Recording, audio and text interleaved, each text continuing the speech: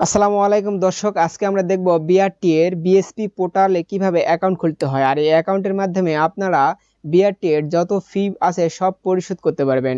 Driving লাইসেন্সের আবেদন থেকে শুরু করে ড্রাইভিং লাইসেন্সের ফি পরিশোধ, নবায়ন বা আপনার গাড়ি নিউ রেজিস্ট্রেশন সব কিছুই করতে পারবেন।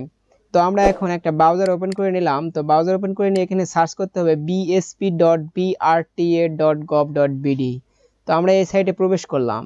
তো এই সাইটে প্রবেশ করার পর তো এখানে নির্দেশনা দিয়েছে তারা, এখানে আমরা এটা কেটে দিলাম। তো দেওয়ার পর এখানে ওই ডান উপরে লেখা আছে প্রবেশ করুন। তো আপনাদের যাদের অ্যাকাউন্ট আছে তাদের অবশ্যই প্রবেশ করতে হবে। তো আমি এখন নিবন্ধনে ক্লিক করব। তো নিবন্ধনে ক্লিক করলাম। তো নিবন্ধনে ক্লিক করার পর নিচে দেখতে পাচ্ছেন জন্ম তারিখ। তো আমি এখানে জন্ম তারিখটি দিয়ে দেব। তো জন্ম তারিখ আমি আমারটা দিয়ে দিলাম, তারপর মাস সিলেক্ট করে নিলাম।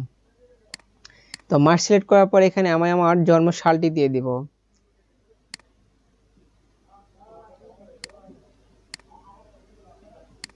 তো আমার জন্মসালটি দিয়ে দিলাম। তো এখানে জাতীয় পরিচয়পত্রের নাম্বার দিতে বলছে। তো আমি এখানে জাতীয় পরিচয়পত্রের নাম্বার দিব। তো তার আগে এখানে নিচে লেখা আছে বিশেষ দ্রষ্টব্যতে দেখা আছে।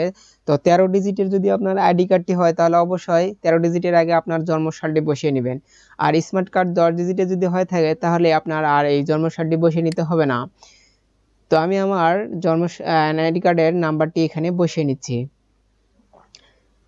তো আমার 10 ডিজিটের আইডি কার্ডের নাম্বারটি বসানো হয়ে গেছে। তো আমি এখন এখানে মোবাইল নাম্বারটি বসিয়ে নিচ্ছি। তো মোবাইল নাম্বার বসিয়ে নেওয়া হলে তো অনুসন্ধানে ক্লিক করব। তো অনুসন্ধানে ক্লিক করার পর এখানে আমার মোবাইলে একটি ওটিপি যাবে। তো ওটিপি যাওয়ার পর আমাকে এখানে ওটিপিটি বসাতে হবে। ওটিপির জন্য একটু অপেক্ষা করতে হবে। তো আমার ওটিপিটি চলে আসছে। তো আমি এখন ওটিপিটি এখানে বসিয়ে নিচ্ছি। তো বসিয়ে নেওয়ার পর ওটিপিটি যাচাই করলাম। তো ওটিপিটি যাচাই করা হয়ে গেলে আমার অ্যাকাউন্টটি প্রায় 90% ওপেন হয়ে যাবে।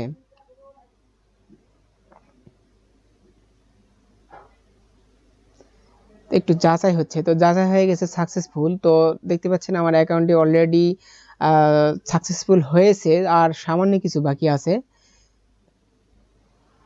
তো নিচে এই যে আমার এনআইডি কার্ডের যে তথ্য ছিল সে তথ্যগুলো চলে আসছে। তো এখানে ইমেল আইডি, তো আপনাদের এটা অপশনাল, মানে আপনারা দিতেও পারেন নাও দিতে পারেন। তো আপনাদের ইমেল থাকলে অবশ্যই দিয়ে দিবেন, এটা দেওয়া ভালো। তো আমি আমার ইমেলটি এখানে বসিয়ে নিচ্ছি।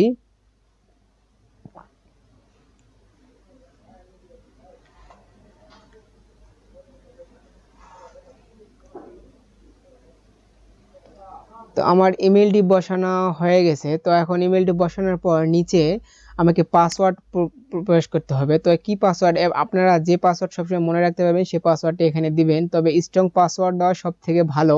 তো এখানে আপনারা যে কোনো পাসওয়ার্ড দিতে পারেন। তো আমি আমার একটা স্ট্রং পাসওয়ার্ড দিয়ে নিচ্ছি।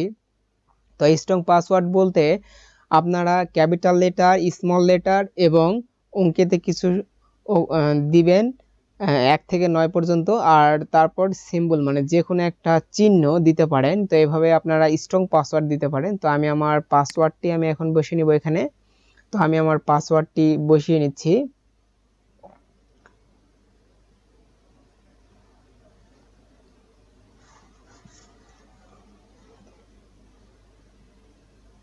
তো সেম একই পাসওয়ার্ড আবারও বসাতে হবে।